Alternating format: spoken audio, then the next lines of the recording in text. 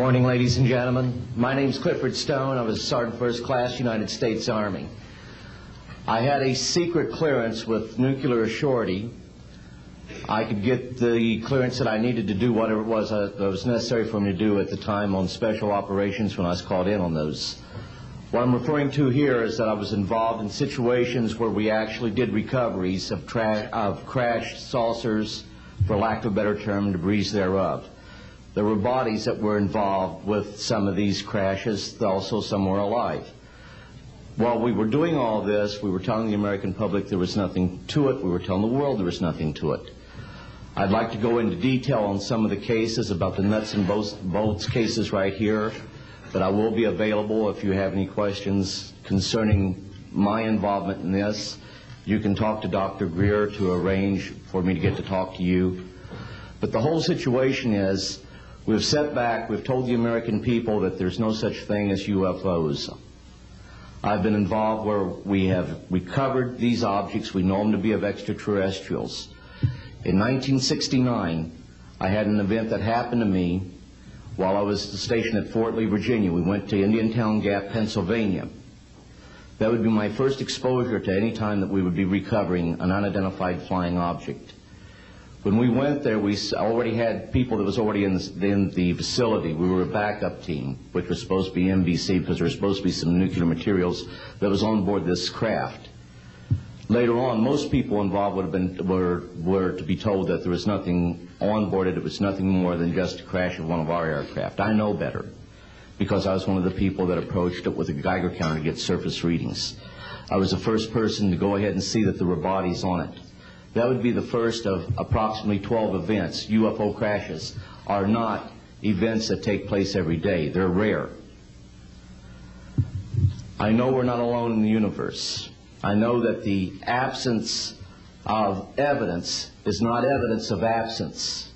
It's evidence that has been denied to the American people.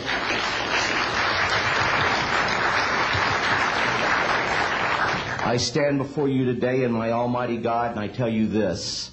If Congress calls me in and says, will you testify in detail what you know, I stand here today prepared and ready to do just that.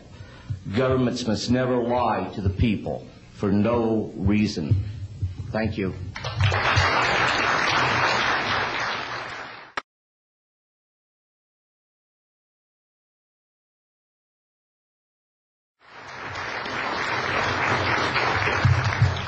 Good morning. My name is Mark McCandlish, and for the last 21 years I have worked as a conceptual artist for a variety of defense contractors. I've been involved in conceptual artwork of the production thereof for Rockwell on the X-30 program, and also on the HISTEP program. That's spelled HYSTP, means Hypersonic Testbed Program. During the course of my career, I've twice had a secret security clearance. In 1967, while my father was stationed at Westover Air Force Base, the headquarters for 8th Air Force Strategic Air Command, I witnessed and watched through a telescope a UFO which hovered over a nuclear weapons storage facility for approximately 10 minutes and then departed with an acceleration approaching a bullet leaving a rifle barrel. In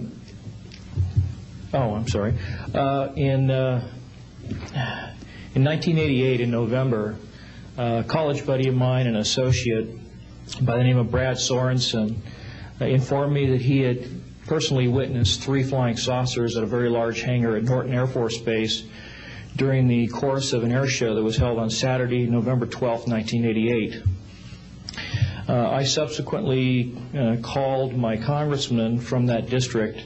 I called his office. This was Congressman George E. Brown, Jr., who at the time was the chairman of the Congressional Committee on Space Science and Advanced Technology. I naturally assumed that since this presentation that Brad talked about was for top military brass and certain congressional individuals, that his office must have coordinated this with the local Air Force Office of Public Affairs.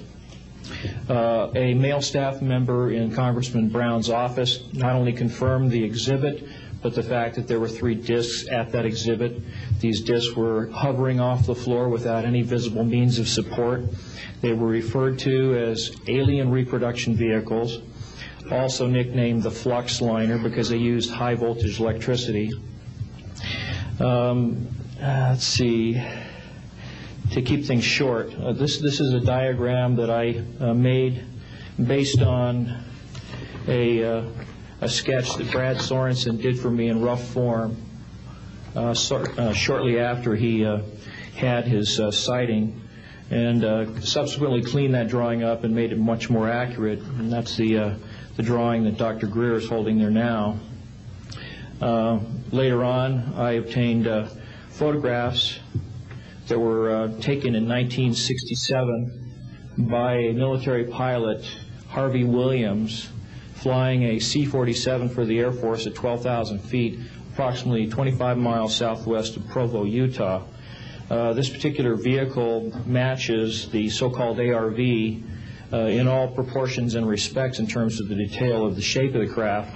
And this was photographed, as I say, in June or July of June of 1967. I later spoke to a gentleman by the name of Kent Sellen that I met at an air show at Edwards Air Force Base in 1992, the first unveiling publicly of the B-2 bomber. He indicated to me that in 1973, when he was a crew chief working on experimental aircraft at Edwards Air Force Base, that he had unintentionally wandered into an area where there was a classified aircraft, namely the ARV. He described it in detail, and he added other details to the account concerning the configuration and the operation of the vehicle that Brad Sorensen was not aware of. Subsequently, Brad Sorensen met with the famous aeronautical designer Burt Rutan, gave him a copy of this blueprint which you've just been shown. Mr. Rutan felt that it was a joke and put it on his wall as kind of a joke. And a third party confirmed for me later that a Colonel Ray Walsh from Edwards Air Force Base was visiting Mr. Rutan, saw this blueprint on the wall and registered quite a degree of shock and anger, wanted to know where the hell he got this blueprint, because there was in fact such a craft at that time, approximately 1994, 95, in a hangar at Edwards Air Force Base, North Base Complex at that time. Subsequently, I've done a lot of research on this product, this vehicle. I've come across a number of declassified documents that show that the Air Force, as early as 1960, was wind tunnel testing flying saucer shapes up to Mach 20. And I also have declassified NASA documents that show similar shapes. In fact, this is the document here that more or less details the wind tunnel testing up to Mach 20. This is the NASA document right here that was declassified, and it shows a variety of spherical and lenticular shapes that were flight tested up to, or I should say, wind tunnel tested up to Mach 6. I subsequently obtained a copy of an inter-office memo from Hercules Aerospace that describes a particular type of science involving something called zero-point energy and scalar waves. According to Brad Sorensen, this is the basis of the technology for these anti-gravity propulsion systems. This particular document here describes 6 different meetings involving the Defense Intelligence Agency and cooperative efforts with the Russian scientific community in investigating this, what is called the fundamental enabling technology that was originally discovered apparently by Nikola Tesla in the early 1900s. Anyway, I could provide you much more detail at a later time, and I am prepared to testify in detail concerning these events and their truthfulness before Congress. Thank you very much.